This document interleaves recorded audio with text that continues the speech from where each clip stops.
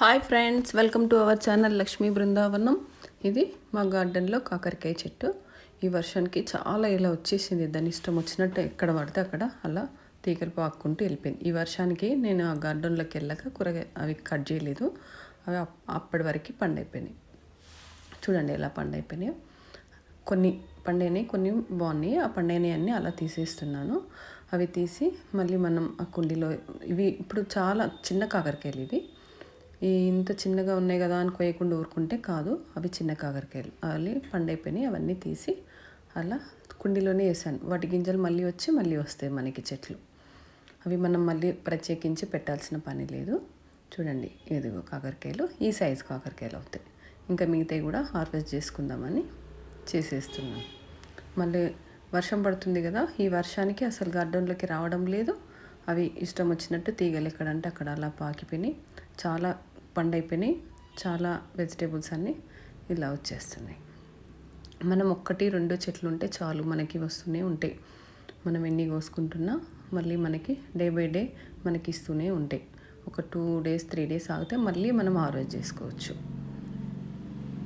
చాలా బాగుంటాయి. మనం ఆర్గానిక్గా పండించుకునే కదా, మనకి హెల్త్కి బాగుంటాయి. మళ్ళీ ఫ్రెష్గా ఎప్పుడు కావాలనుకుంటే అప్పుడు కోసి మనం చేసుకోవచ్చు కర్రీ. ఇది కూడా వర్షానికి అలా అయిపోయినాయి. చాలా ఒక్కటే అసలు ఆగకుండా వర్షం పడుతుంది కదా, వాటర్ ఎక్కువైనా అలా కొన్ని కుళ్ళిపోతాయి కూరగాయలు. చెట్లు కూడా కొన్ని మొక్కలు కూడా, చిన్న మొక్కలు కూడా వాటర్ ఎక్కువైతే కుళ్ళిపోతాయి.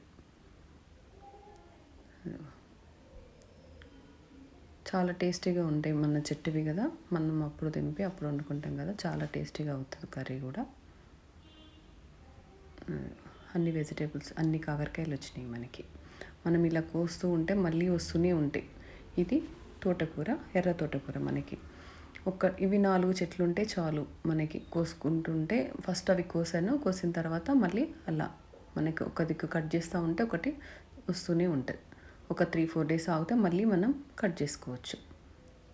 ఇప్పటికి నేను 3-4 times కట్ చేసాను దానికి. అలా వస్తూనే ఉంటుంది. ఇంకా బుషిగా వస్తుంది, ఎక్కువ వస్తుంది. అప్పుడు ఒక్క చెట్టుదైనా మనకి సరిపోతుంది. చూడండి ఎంత ఫ్రెష్గా, ఎంత బాగుందో.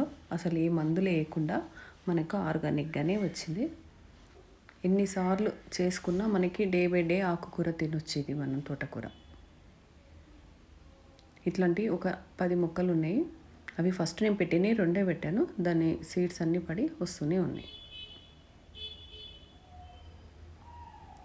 చూడండి అలా మొత్తం కాండం లాగా కనిపిస్తుందా. మళ్ళీ 2 days కాగానే మళ్ళీ నిండుగా ఆకు వచ్చేస్తుంది. ఇది ఇక్కడ ఇదొకటి, చాలా అలాగే ఉన్నాయి. మొన్నంతా ఒక 1 day ముందు కట్ చేశాను.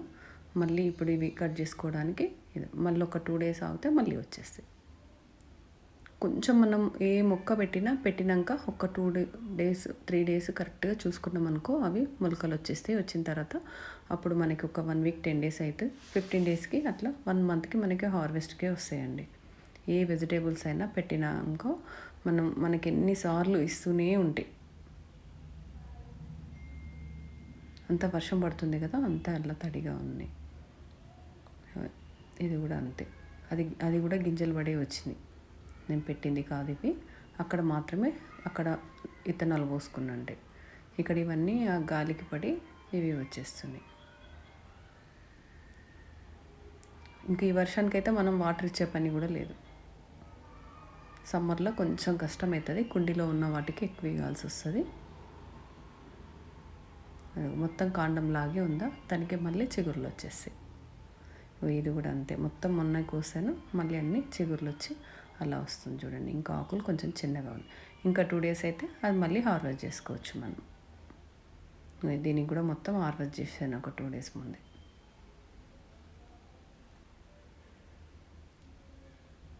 ఇలా గింజలు అవుతాయి. ఆ గింజలు పడి చాలా మొక్కలు వస్తాయి. మనము ఇంకా కావాలంటే ఎవరికైనా కూడా ఇవ్వచ్చు. మనకి 4 మొక్కలు ఉంటే చాలు.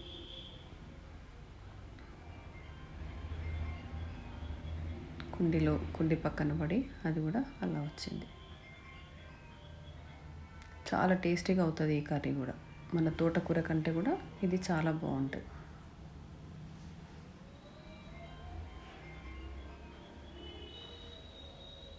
చూడండి ఎంత అయిందో. మనకి ఈ వర్షంలో మార్కెట్కి వెళ్ళి తెచ్చుకునే ఓపిక లేకుండా మన గార్డెన్లోనే మనం కట్ చేసి ఏదో ఒక వెజిటేబుల్ చూసుకొని వండుకోవచ్చు. ఇది కర్రీ లీవ్స్ది. మనం పెట్టి చెట్టు అలాగే పొడవుగా పెంచుకోకుండా మనం అక్కడికక్కడికే ప్రూనింగ్ చేస్తూ ఉంటే అలా బుష్గా వస్తూ ఉంటుంది. నేను అంత పొడుగ్గా ఎందుకని చెప్పి అలా మనం ఎక్కడ కొమ్మలు అక్కడ కట్ చేసుకుంటూ ఉంటే అలా మనకి వస్తూ ఉంటుంది. ఎంత ఫ్రెష్గా ఉంది చూడండి. ఇట్లా నేను కదిలిస్తూ ఉంటే ఇట్లా స్మెల్ వస్తుంది. చాలా బాగుంటుంది ఇది. ఇట్లా కట్ చేస్తూ ఉంటే ఇట్లా స్మెల్ వస్తూ ఉంటుంది. మనం సాంబార్లో వేసుకున్న ఏ కర్రీలు వేసుకున్నా ఎంత ఫ్రెష్గా ఉంటుంది, ఎంత బాగుంటుంది. మనం ఈ దానికి కూడా ఏం మందులు వేయం కదా, ఆర్గానిక్గానే కదా, అసలు ఎంత తిన్నా ఏం అవ్వదు. మనం కరివేపాకు చాలా మంచిది, ఎక్కువ తినాలి అంటూ ఉంటారు. బయట కొన్నదానికి ఏం మందులు వేసారో ఏమో, ఒక 2-3 టైమ్స్ సాల్ట్ వేసి కడిగి వాడుకున్నా కానీ కొంచెం ఏం మందు ఎక్కడ ఉందో అని భయం.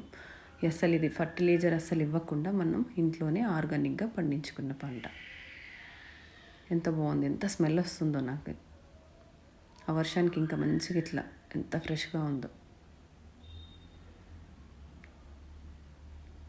చూడండి. ఈరోజు ఇంత హార్వెస్ట్ చేశాను. ఇంకా ఉంది కరివేపాకు, మళ్ళీ మనం రోజు కోసుకోవచ్చు. మీరు అలా 4 మొక్కలు పెంచుకోండి.